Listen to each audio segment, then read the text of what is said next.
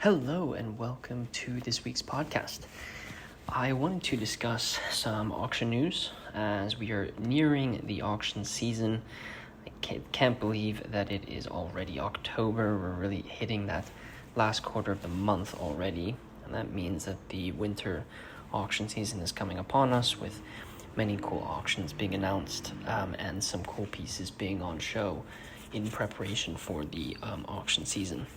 Obviously, the Geneva auctions are the ones that sort of start up first, and so there's been some news about some of the pieces that are going to be part of the auctions in Geneva from the major auction houses. That'll obviously be followed by normally Hong Kong and then the New York shows. I wanted to discuss two auction houses today, one being Christie's and the other being Phillips, as I was able to actually experience one of the exhibitions at Phillips where they showcase some of their highlights from their upcoming Geneva auction. And then I also wanted to discuss Christie's, who have announced a very, very cool watch that they're going to have in Geneva that I think is honestly everything that I feel like I stand for when it comes to watches. So I was so excited and really passionate about that. So I'll start with Phillips and we can go into Christie's next. So the Geneva watch auction for this year is going to be taking place for Phillips on the 3rd and 4th of November. And they have their sort of global highlights tour that's taking place right now. From the 29th of September to the 1st of October, they were in New York. Then from the 2nd to the 6th of October, they're in Hong Kong. 13th to the 15th, they're in Riyadh. 17th to 19th, they're in London. And then they're in Singapore from the 20th to the 22nd. And they basically are showcasing some of the highlights that haven't really been published publicly on the Phillips website, some of them. And they give the opportunity to, obviously, some of their really great clients and customers and the public to see some of the pieces that they're going to be auctioning. On their website, they showcase a couple of pieces. There's a really nice reference 6062 in stainless steel that is showcased there. There's also a first series 2499 in yellow gold that they have up as one of the pieces that they have selling. And a really cool, unique polychrome enamel dial by Anita Porchette in yellow gold from Vacheron Constant, which is obviously, if you know enameling, we should really do a podcast just on enameling because it's such a deep art that deserves its own sort of time to discuss. But obviously, if you do know enameling, that name is not new to you and you know how significant that watch would be. I had the opportunity to check out the highlights in New York, and there were some really cool pieces that I got the opportunity to see. If you follow Life on the Wrist on Instagram, you probably saw our story, and there's a saved story on the Life on the Wrist Instagram. So I encourage you to go there if you want to see some of the pictures of these watches, as we sort of talk through some of the watches that we were able to see. It was a very typical sort of Phillips exhibition on the second floor with some really nice pieces on display. The first that I saw was actually a pocket watch. It was Urban Jurgensen made by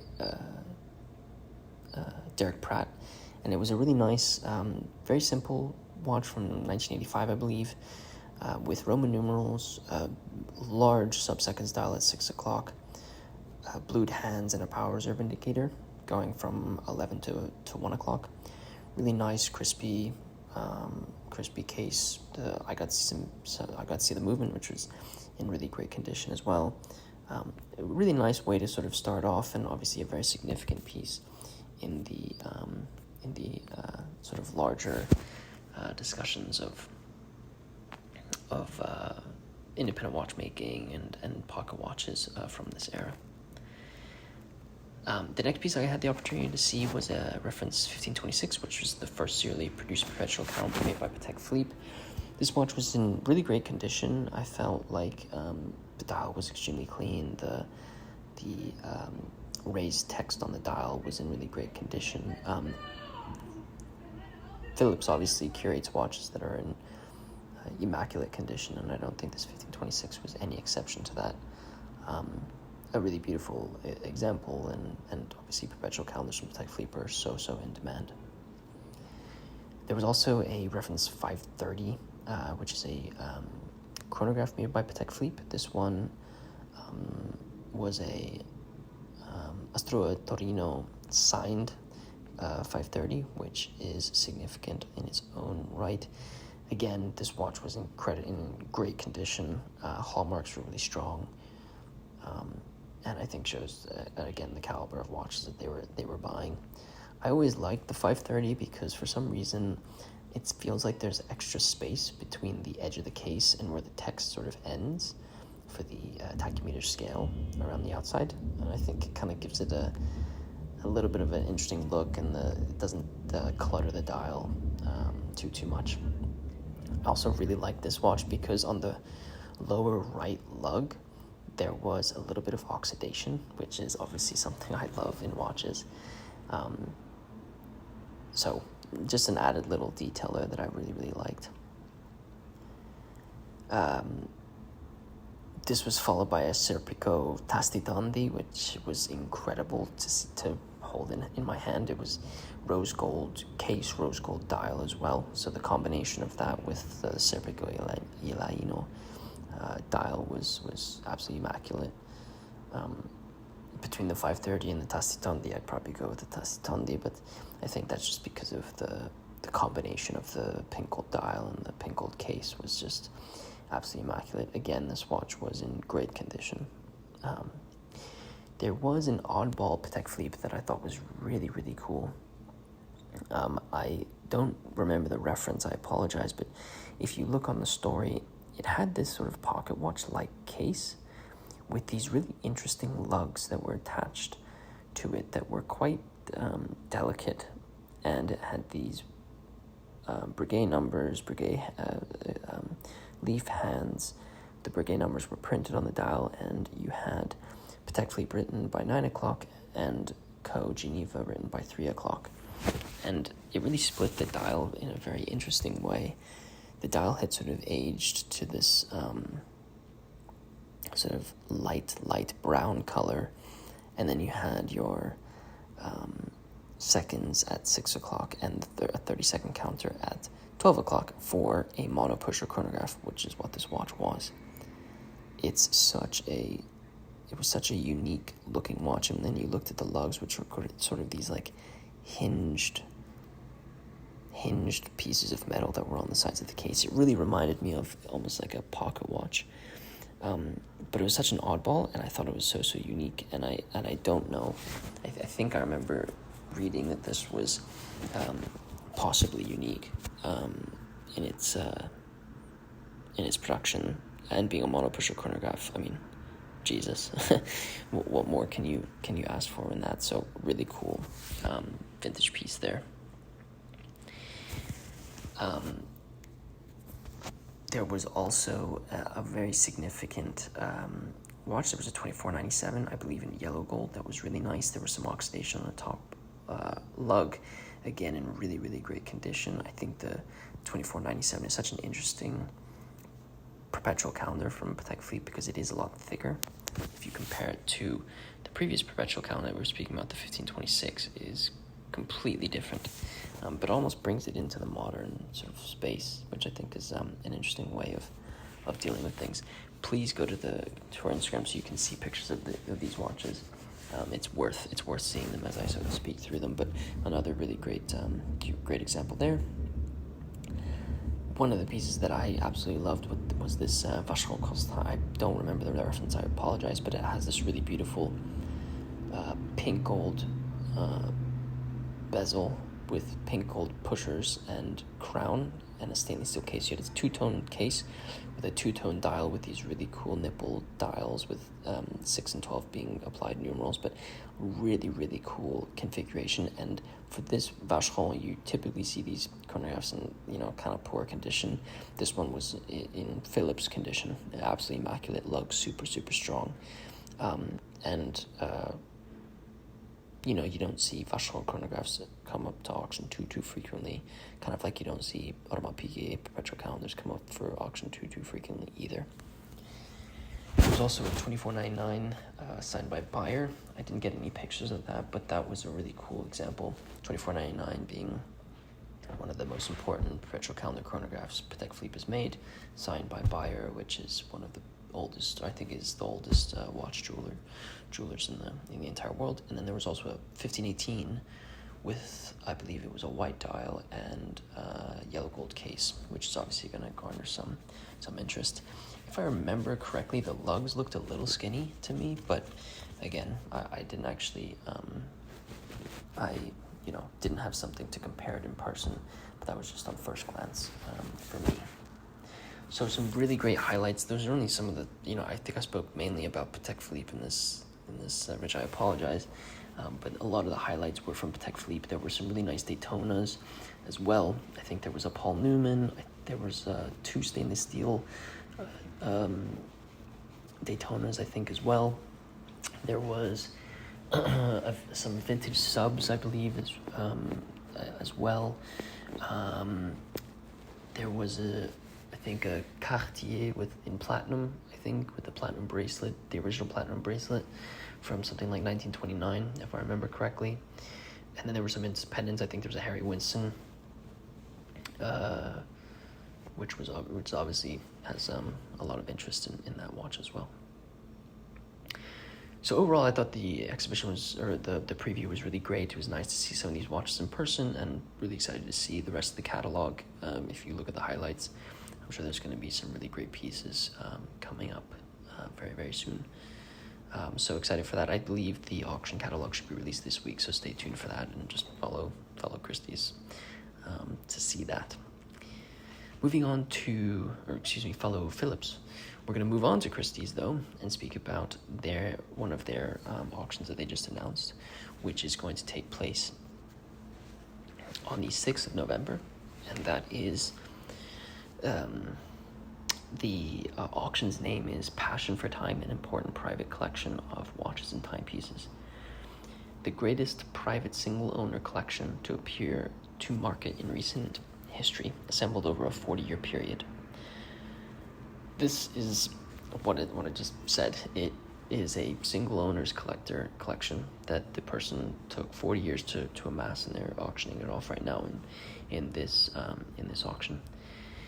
This is such an interesting concept of an auction. I think there have been these types of auctions before by auction houses, but sometimes I feel like they get lumped in with sort of other auctions, which is fine. But I do know in the art community, this happens quite frequently, where a great art collector's collection will have its own auction, where they'll focus just entirely on that person and the collection that they were able to amass. And that's what we have here.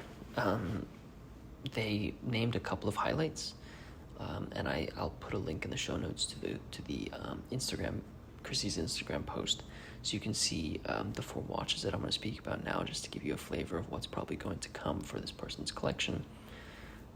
But what I really like about this is it's focusing on one collector's journey through watches and what they amassed and what they felt was important for their collection to have over the 40 years that they've been collecting. If you think 40 years ago, you're looking at 1983, which is a long time to be collecting watches, a long time to be studying this, and a long time to be amassing things and figuring out what should and should not be in your collection. And I think along that way, you amass so many different stories about how you got pieces or why pieces were important to you, or understanding the histories of each of the pieces that are in your collection.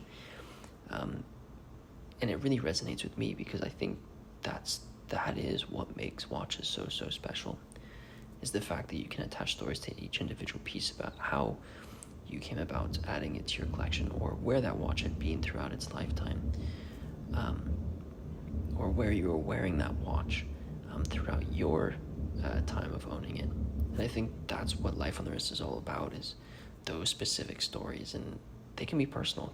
They don't have to be these momentous, groundbreaking, write a history book about the story about this watch. It can just be your experience with it and why it's important to you, and that's the significance of these watches to so many people, and it's what I kind of want to bring to light. So I'll speak about 4 watches that were sort of spoken about in the highlight in Christie's post about this auction. The first is, I'll kind of read it through. There's a Philippe Dufour Grande et Petite Sonnerie number 1, which is a historic timepiece that really catapulted Dufour to the status of living legend. The piece is also number 1 of only 4 examples that made, each unique in yellow, pink, white, and platinum gold, or yellow, pink, white gold, and platinum, all with white enamel dials. This being the yellow gold version of this, being number 1, is super significant, being that it really made Philippe Dufour, who he is today, or it was one of the accomplishments that made him who he is today. And just that story in itself, I think, is significant. The next one is a George Daniels Anniversary number 00, which is the first of 4 examples made in platinum. Unquestionably one of the finest historically important wristwatches ever made. It was launched in 2010. 47 following its launch in 2010, 47 George Daniel Anniversary watches were to be made. 35 in yellow gold, 4 in white gold, 4 in rose gold, and 4 examples in platinum, among which number 00, the very first of the series, epitomizes the unparalleled legacy. So you've got essentially one of the most important Philippe Dufour's, number 1 of 4 made, being the first one that was made. You've got number 00 of the platinums that were made by George Daniels, another watch that was groundbreaking for this watchmaker. There's also the third watch is an 18-karat rose gold Rolex Stelline, reference 6062. One of it, for me, I mean, looking at the pictures of it, it's an extremely well preserved 6062 with extremely a case that's in extremely good condition, which was once owned by Gordon Bethune, who was he was a globally recognized watch collector and actually a previous CEO of Continental Airlines. One of the other things that I really love about this piece is, as I mentioned earlier in this podcast, it has incredible oxidation on the sides of the case, and I think it gives it so much more personality. The condition of the dial is also immaculate, and so being an incredible condition dial, untouched case, it's every Rolex collector's dream, I think, for something like this. Another really, really significant piece in this watch, I think, was actually auctioned fairly recently, and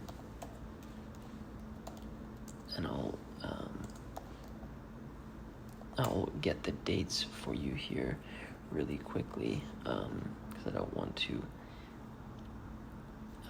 misspeak about this, but bear with me while I kind of quickly scroll through here. There's a really great article on Hoodinky about this, but it is Marlon Brando's iconic Rolex reference 1675 GMT from Apocalypse Now, without the GMT bezel, the original bracelet, which was removed by the actor. This watch was worn by Brando's character, Colonel Walter E. Kurtz, in Francis Ford's Coppola's 1979 classic.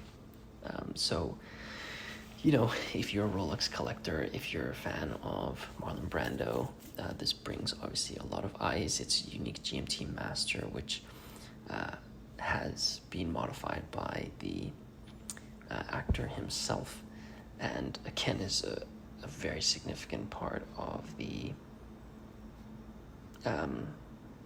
really the history of Rolex and the history of watch collecting.